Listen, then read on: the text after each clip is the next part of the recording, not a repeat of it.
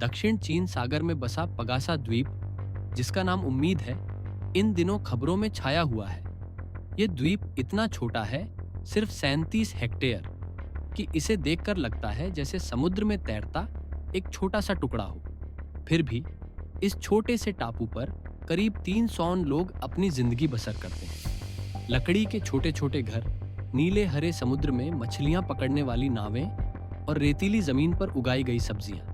यहाँ का जीवन सादगी से भरा है, लेकिन इस शांत द्वीप पर अब तूफान मंडरा रहा है, और वह तूफान है चीन की बढ़ती दखलंदाजी। पगासा में जिंदगी आसान नहीं। यहाँ के लोग समुद्र से मछलियां पकड़कर और थोड़ी बहुत खेती करके गुजारा करते हैं। 4 साल पहले तक यहाँ बिजली और मोबाइल नेटवर्क भी नहीं था।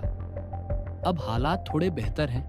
बिजली आई, मोबाइल कनेक्टिविटी मिली और एक छोटी हवाई पट्टी भी बन गई।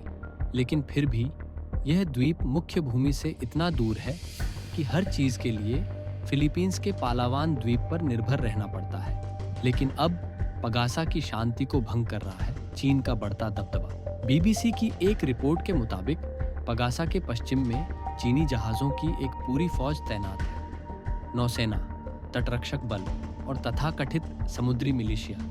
ये बड़े बड़े जहाज इस समुद्री इलाके पर चीन का कब्जा जमाने के लिए खड़े हैं। पिछले 10 सालों में चीन ने दक्षिण चीन सागर में अपनी ताकत बढ़ाई है।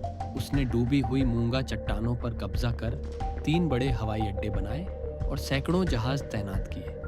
यह समुद्री रास्ता दुनिया के सबसे व्यस्त व्यापारिक मार्गों में से एक है और चीन इसे अपने नियंत्रण में लेना चाहता है। पगासा के पास सुबी रीफ पर चीन ने एक विशाल सैन्य हवाई अड्डा बनाया है, जो पगासा से सिर्फ 32 किलोमीटर दूर है। मछुआरे लैरी ह्यूगो, जो 16 साल से इस द्वीप पर रहते हैं, बताते हैं, चीनी जहाज हमें डराते हैं। उनके जहाज इतने बड़े हैं कि हमारी छोटी नावें उनके सामने कुछ भी नहीं।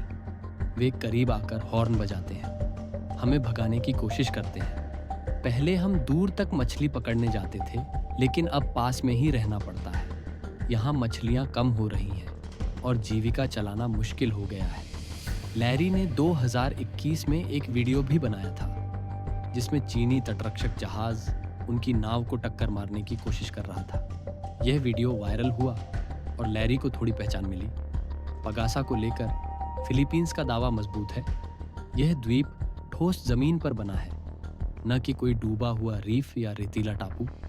यहाँ स्थायी आबादी है, जो अंतर्राष्ट्रीय कानून के तहत फिलीपींस के दावे को और मजबूती देती है। फिलीपींस के राष्ट्रीय सुरक्षा परिषद के जोनाथन मलाया कहते हैं, पगासा हमारे लिए रणनीतिक रूप से बहुत महत्वपूर्ण है। यहाँ हवाई पट्टी है, लोग रहते हैं, और यह 12 नॉटिकल मील का अपना समुद्री क्षेत्र बनाता है। 1971 में फिलीपींस ने ताइवान से इस द्वीप को लिया था, जब ताइवान की सेना एक तूफान के दौरान वहां से चली गई थी।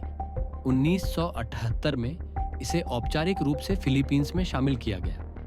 बाद में सरकार ने लोगों को वहां बसने के लिए प्रोत्साहित किया, ताकि दावे को और पुख्ता किया जा सके। फिलीपींस की सरकार हर हफ्ते चीनी दूतावास में विरोध दर्ज कराती है।